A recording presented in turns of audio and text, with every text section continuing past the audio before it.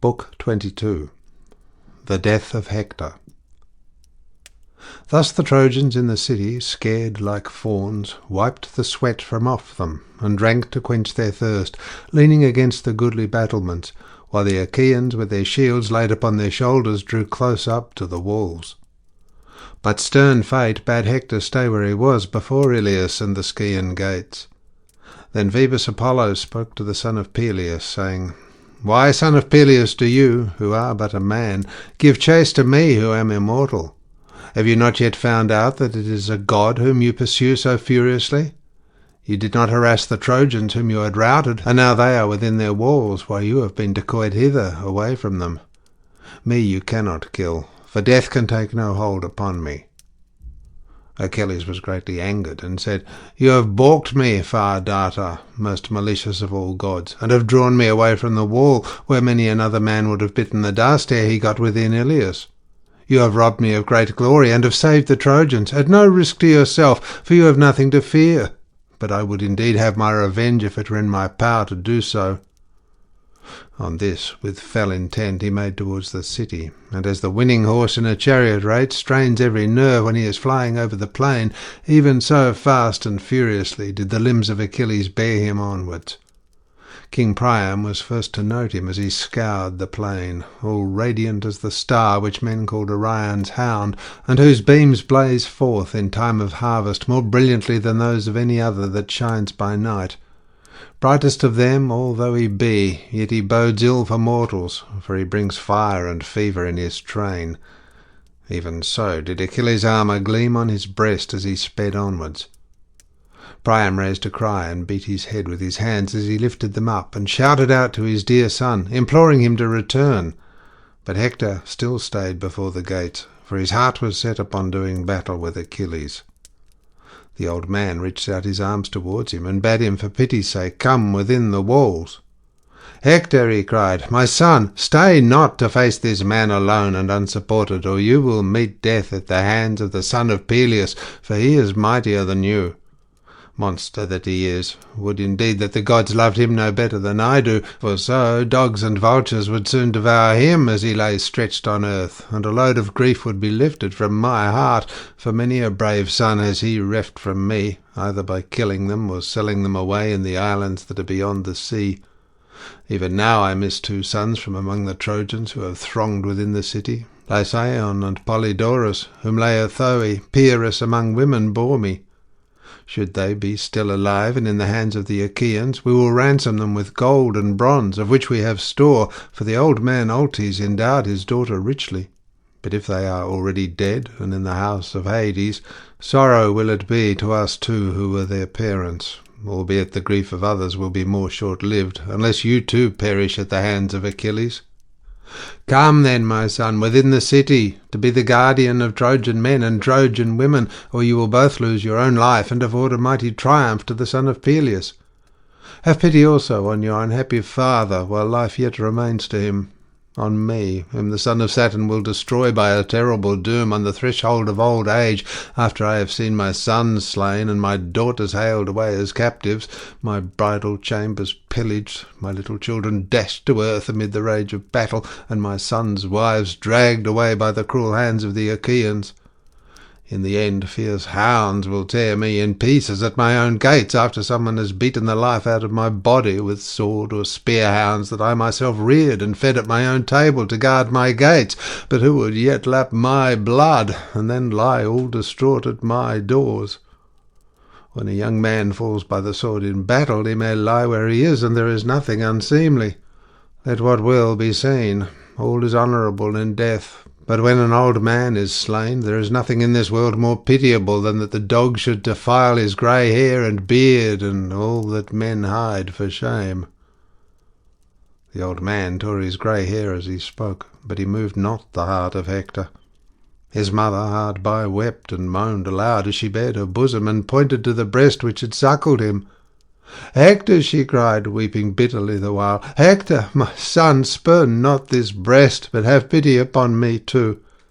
If I have ever given you comfort from my own bosom, think on it now, dear son, and come within the wall to protect us from this man. Stand not without to meet him. Should the wretch kill you, neither I nor your richly dowered wife shall ever weep, dear offshoot of myself, over the bed on which you lie, for dogs will devour you at the ships of the Achaeans." Thus did the two with many tears implore their son, but they moved not the heart of Hector, and he stood his ground, awaiting huge Achilles as he drew nearer towards him. As a serpent in its den upon the mountains, full fed with deadly poisons, waits for the approach of man, he is filled with fury, and his eyes glare terribly as he goes writhing round his den. Even so Hector leant his shield against a tower that jutted out from the wall, and stood where he was, undaunted. "Alas," he said to himself in the heaviness of his heart, "if I go within the gates, Polydamas will be the first to heap reproach upon me, for it was he that urged me to lead the Trojans back to the city on that awful night when Achilles again came forth against us. I would not listen, but it would have been indeed better if I had done so. Now that my folly has destroyed the host, I dare not look Trojan men and Trojan women in the face, lest a worse man should say, 'Hector has ruined us by his self-confidence.' Surely it would be better for me to return after having fought Achilles and slain him, or to die gloriously here before the city. What again if I were to lay down my shield and helmet, lean my spear against the wall, and go straight up to noble Achilles? What if I were to promise to give up Helen, who was the fountainhead of all this war, and all the treasure that Alexandrus brought with him in his ships to Troy? Ay, and to let the Achaeans divide the half of everything that the city contains among themselves. I might make the Trojans, by the mouths of their princes, take a solemn oath that they would hide nothing, but would divide into 2 shares all that is within the city. But why argue with myself in this way? Were I to go up to him, he would show me no kind of mercy. He would kill me then and there, as easily as though I were a woman, when I had off my armour. There is no parleying with him from some rock or oak tree, as young men and maidens prattle with one another. Better fight him at once, and learn to which of us Jove will vouchsafe victory." Thus did he stand and ponder, but Achilles came up to him, as it were Mars himself, plumed lord of battle. From his right shoulder he brandished his terrible spear of Pelian ash, and the bronze gleamed around him like flashing fire or the rays of the rising sun. Fear fell upon Hector as he beheld him, and he dared not stay longer where he was, but fled in dismay from before the gates, while Achilles darted after him at his utmost speed. As a mountain falcon, swiftest of all birds, swoops down upon some cowering dove, the dove flies before him, but the falcon, with a shrill scream, follows close after, resolved to have her. Even so did Achilles make straight for Hector with all his might, while Hector fled under the Trojan wall as fast as his limbs could take him. On they flew along the waggon road that ran hard by under the wall, past the lookout station, and past the weather-beaten wild fig-tree, till they came to 2 fair springs which feed the river Scamander. One of these 2 springs is warm, and steam rises from it as smoke from a burning fire, but the other, even in summer, is as cold as hail or snow, or the ice that forms on water. Here, hard by the springs, are the goodly washing troughs of stone, where, in the time of peace, before the coming of the Achaeans, the wives and fair daughters of the Trojans used to wash their clothes. Past these did they fly, the one in front and the other giving chase behind him. Good was the man that fled, but better far was he that followed after, and swiftly indeed did they run, for the prize was no mere beast for sacrifice, or bullock's hide, as it might be, for a common foot race, but they ran for the life of Hector. As horses in a chariot race speed round the turning post when they are running for some great prize, a tripod or woman, at the games in honour of some dead hero, so did these 2 run full speed 3 times round the city of Priam. All the gods watched them, and the sire of gods and men was the first to speak. "Alas," said he, "my eyes behold a man who is dear to me, being pursued round the walls of Troy. My heart is full of pity for Hector, who has burned the thigh bones of many a heifer in my honour, one while on the crests of many valleyed Ida, and again on the citadel of Troy. And now I see noble Achilles in full pursuit of him round the city of Priam. What say you? Consider among yourselves, and decide whether we shall now save him, or let him fall, valiant though he be, before Achilles, son of Peleus." Then Minerva said, "Father, wielder of the lightning, lord of cloud and storm, what mean you? Would you pluck this mortal, whose doom has long been decreed, out of the jaws of death? Do as you will, but we others shall not be of a mind with you. And Jove answered, My child, Trito-born, take heart. I did not speak in full earnest, and I will let you have your way. Do without let or hindrance as you are minded. Thus did he urge Minerva, who was already eager, and down she darted from the topmost summits of Olympus. Achilles was still in full pursuit of Hector, as a hound chasing a fawn which he has started from its covert on the mountains, and hunts through glade and thicket. The fawn may try to elude him by crouching under cover of a bush, but he will send her out and follow her up until he gets her. Even so, there was no escape for Hector from the fleet son of Peleus. Whenever he made a set to get near the Dardanian gates and under the walls, that his people might help him by showering down weapons from above, Achilles would gain on him and head him back towards the plain, keeping himself always on the city side. As a man in a dream who fails to lay hands upon another whom he is pursuing, the one cannot escape, nor the other overtake. Even so, neither could Achilles come up with Hector, nor Hector break away from Achilles. Nevertheless, he might even yet have escaped death, had not the time come when Apollo, who thus far had sustained his strength and nerved his running, was now no longer to stay by him. Achilles made signs to the Achaean host, and shook his head to show that no man was to aim a dart at Hector, lest another might win the glory of having hit him, and he himself come in second.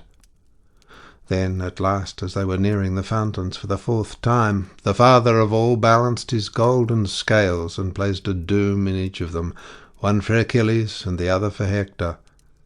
As he held the scales by the middle, the doom of Hector fell down deep into the house of Hades, and then Phoebus Apollo left him.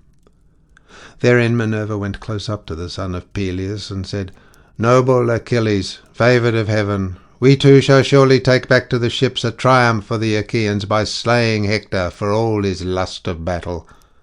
Do what Apollo may as he lies grovelling before his father, aegis-bearing Jove, Hector cannot escape us longer. Stay here and take breath, while I go up to him and persuade him to make a stand and fight you. Thus spoke Minerva. Achilles obeyed her gladly, and stood still, leaning on his bronze-pointed ashen spear, while Minerva left him and went after Hector in the form and with the voice of Deiphobus. She came close up to him and said, Dear brother, I see you are hard-pressed by Achilles, who is chasing you at full speed round the city of Priam. Let us await his onset, and stand on our defence. And Hector answered, Deiphobus, you have always been dearest to me of all my brothers, children of Hecuba and Priam, but henceforth I shall rate you yet more highly, inasmuch as you have ventured outside the wall for my sake, when all the others remained inside. Then Minerva said, Dear brother, my father and mother went down on their knees and implored me, as did all my comrades, to remain inside, so great a fear has fallen upon them all. But I was in an agony of grief when I beheld you. Now, therefore, let us too make a stand and fight, and let there be no keeping our spears in reserve, that we may learn whether Achilles shall kill us and bear off our spoils to the ships, or whether he shall fall before you. Thus did Minerva inveigle him by her cunning, and when the two were now close to one another, great Hector was first to speak.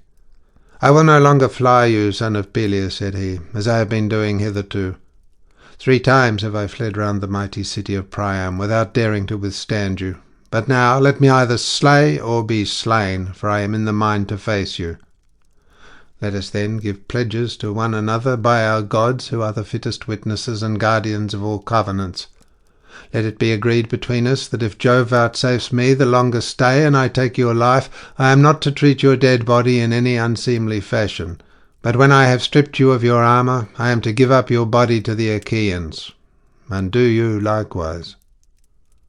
Achilles glared at him and answered, Fool, prate not to me about covenants. There can be no covenants between men and lions. Wolves and lambs can never be of one mind, but hate each other out and out all through.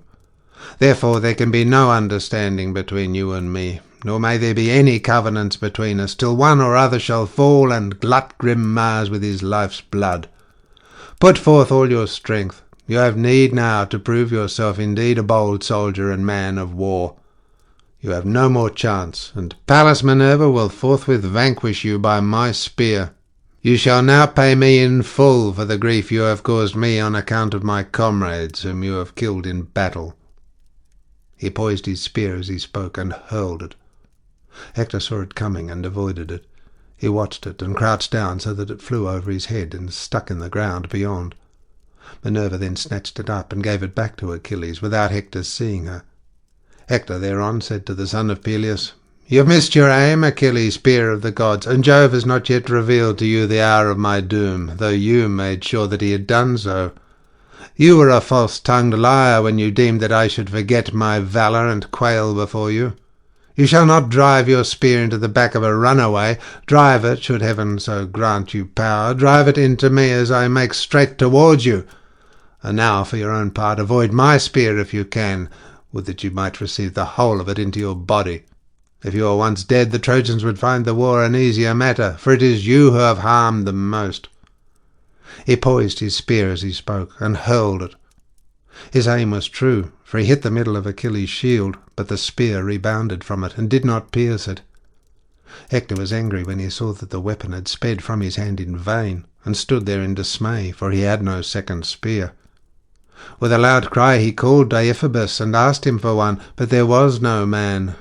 Then he saw the truth, and said to himself, "Alas, the gods have lured me on to my destruction. I deemed that the hero Deiphobus was by my side, but he is within the wall, and Minerva has inveigled me. Death is now indeed exceedingly near at hand, and there is no way out of it, for so Jove and his son Apollo, the Far-Darter, have willed it, though heretofore they have been ever ready to protect me. My doom has come upon me. Let me not then die ingloriously and without a struggle, but let me first do some great thing that should be told among men hereafter." And as he spoke he drew the keen blade that hung so great and strong by his side, and gathering himself together he sprang on Achilles like a soaring eagle which swoops down from the clouds onto some lamb or timid hare. Even so did Hector brandish his sword and spring upon Achilles.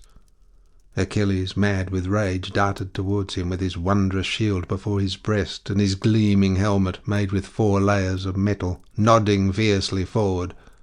The thick tresses of gold within which Vulcan had crested the helmet floated round it, and as the evening star that shines brighter than all the others through the stillness of night, even such was the gleam of the spear which Achilles poised in his right hand, fraught with the death of noble Hector.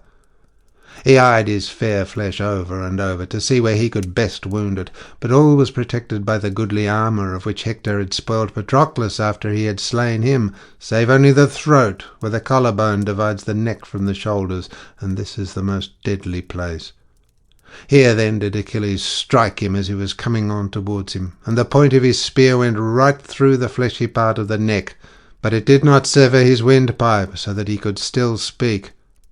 Hector fell headlong, and Achilles vaunted over him, saying, "Hector, you deemed that you should come off scatheless when you were spoiling Patroclus, and recked not of myself, who was not with him. Fool that you were, for I, his comrade, mightier far than he, was still left behind him at the ships, and now I have laid you low. The Achaeans shall give him all due funeral rites, while dogs and vultures shall work their will upon yourself." Then Hector said, as the life ebbed out of him, "I pray you by your life and knees, and by your parents, let not dogs devour me at the ships of the Achaeans, but accept the rich treasure of gold and bronze which my father and mother will offer you, and send my body home, that the Trojans and their wives may give me my dues of fire when I am dead." Achilles glared at him and answered, "Dog, talk not to me neither of knees nor parents. Would that I could be as sure of being able to cut your flesh into pieces and eat it raw for the ill you have done me, as I am that nothing shall save you from the dogs. It shall not be, though they bring 10 or 20-fold ransom, and weigh it out for me on the spot, with promise of yet more hereafter. Though Priam, son of Dardanus, should bid them offer me your weight in gold, even so your mother shall never lay you out and make lament over the son she bore, but dogs and vultures shall eat you utterly up."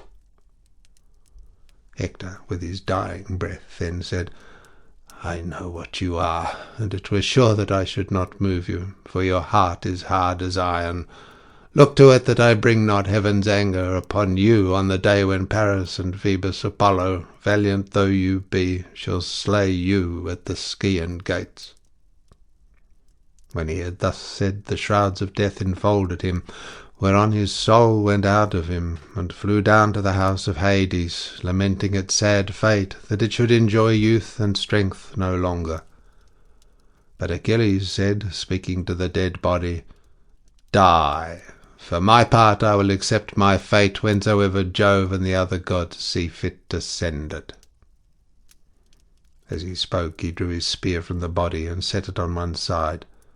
Then he stripped the blood-stained armour from Hector's shoulders, while the other Achaeans came running up to view his wondrous strength and beauty, and no one came near him without giving him a fresh wound. Then would one turn to his neighbour and say, "It is easier to handle Hector now than when he was flinging fire onto our ships," and as he spoke he would thrust his spear into him anew. When Achilles had done spoiling Hector of his armour, he stood among the Argives and said, "My friends, princes and counsellors of the Argives, now that heaven has vouchsafed us to overcome this man, who has done us more hurt than all the others together, consider whether we should not attack the city in force, and discover in what mind the Trojans may be. We should thus learn whether they will desert their city now that Hector has fallen, or will still hold out even though he is no longer living. But why argue with myself in this way, while Patroclus is still lying at the ships unburied and unmourned? He whom I can never forget so long as I am alive and my strength fails not. Though men forget the dead when once they are within the house of Hades, yet not even there will I forget the comrade whom I have lost. Now therefore, Achaean youths, let us raise the song of victory, and go back to the ships, taking this man along with us, for we have achieved a mighty triumph, and have slain noble Hector, to whom the Trojans prayed throughout their city as though he were a god." On this he treated the body of Hector with contumely. He pierced the sinews at the back of both his feet from head to ankle, and passed thongs of oxhide through the slits he had made.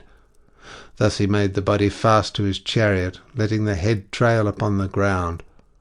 Then, when he had put the goodly armour on the chariot and had himself mounted, he lashed his horses on, and they flew forward, nothing loath. The dust rose from Hector as he was being dragged along. His dark hair flew all abroad, and his head, once so comely, was laid low on earth, for Jove had now delivered him into the hands of his foe to do him outrage in his own land. Thus was the head of Hector being dishonoured in the dust. His mother tore her hair and flung her veil from her with a loud cry as she looked upon her son. His father made piteous moan, and throughout the city the people fell to weeping and wailing. It was as though the whole of frowning Ilias was being besmirched with fire. Hardly could the people hold Priam back in his hot haste to rush without the gates of the city.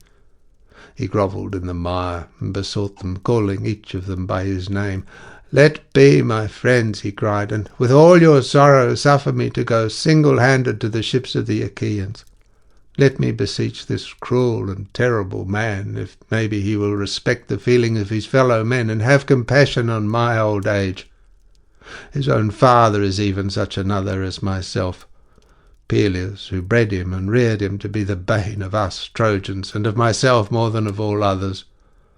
Many a son of mine has he slain in the flower of his youth, and yet, grieve for these as I may, I do so for one, Hector, more than for them all, and the bitterness of my sorrow will bring me down to the house of Hades. Would that he had died in my arms, for so both his ill-starred mother who bore him and myself should have had the comfort of weeping and mourning over him." Thus did he speak with many tears, and all the people of the city joined in his lament. Hecuba then raised the cry of wailing among the Trojans. "Alas, my son," she cried, "what have I left to live for now that you are no more? Night and day did I glory on you throughout the city, for you were a tower of strength to all in Troy, and both men and women alike hailed you as a god. So long as you lived you were their pride, and now death and destruction have fallen upon you." Hector's wife had as yet heard nothing, for no one had come to tell her that her husband had remained without the gates. She was at her loom in an inner part of the house, weaving a double purple web and embroidering it with many flowers. She told her maids to set a large tripod on the fire so as to have a warm bath ready for Hector when he came out of battle. Poor woman, she knew not that he was now beyond the reach of baths, and that Minerva had laid him low by the hands of Achilles. She heard the cry coming as from the wall, and trembled in every limb. The shuttle fell from her hands, and again she spoke to her waiting women. "Two of you," she said, "come with me that I may learn what it is that has befallen. I heard the voice of my husband's honoured mother.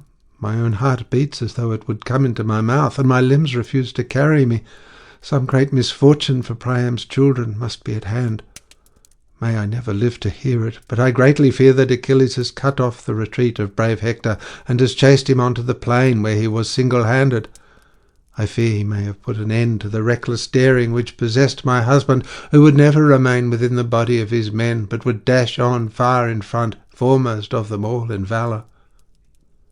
Her heart beat fast, and as she spoke she flew from the house like a maniac, with her wailing women following after. When she reached the battlements and the crowd of people, she stood looking out upon the wall, and saw Hector being borne away in front of the city, the horses dragging him without heed or care over the ground towards the ships of the Achaeans.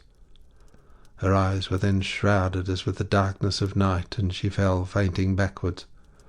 She tore the attiring from her head and flung it from her, the frontlet and net with its plaited band, and the veil which golden Venus had given her on the day when Hector took her with him from the house of Eetion, after having given countless gifts of wooing for her sake. Her husband's sisters and the wives of his brothers crowded round her and supported her, for she was fain to die in her distraction.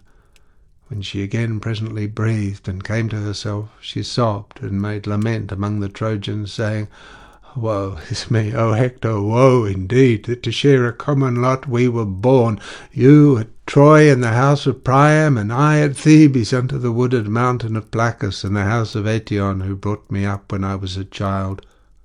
Ill-starred sire of an ill-starred daughter, would that he had never begotten me. You are now going into the house of Hades, under the secret places of the earth, and you leave me, a sorrowing widow, in your house. The child of whom you and I are the unhappy parents is as yet a mere infant. Now that you are gone, O Hector, you can do nothing for him, nor he for you. Even though he escaped the horrors of this woeful war with the Achaeans, yet shall his life henceforth be one of labour and sorrow, for others will seize his lands. The day that robs a child of his parents severs him from his own kind. His head is bowed, his cheeks are wet with tears, and he will go about destitute among the friends of his father, plucking one by the cloak and another by the shirt. Some one or other of these may so far pity him as to hold the cup for a moment towards him and let him moisten his lips, but he must not drink enough to wet the roof of his mouth. Then one whose parents are alive will drive him from the table with blows and angry words. "Out with you," he will say, "you have no father here," and the child will go crying back to his widowed mother. He, Astyanax, who erstwhile would sit upon his father's knees and have none but the daintiest and choicest morsels set before him. When he had played till he was tired and went to sleep, he would lie in a bed in the arms of his nurse on a soft couch, knowing neither want nor care. Whereas now that he has lost his father, his lot will be full of hardship. He whom the Trojans name Astyanax, because you, O Hector, were the only defence of their gates and battlements. The wriggling, writhing worms will now eat you at the ships, far from your parents, when the dogs have glutted themselves upon you. You will lie naked, though in your house you have fine and goodly raiment made by hands of women. This will I now burn. It is of no use to you, for you can never again wear it, and thus will you have respect shown you by the Trojans, both men and women." In such wise did she cry aloud amid her tears, and the women joined in her lament. End of section 22.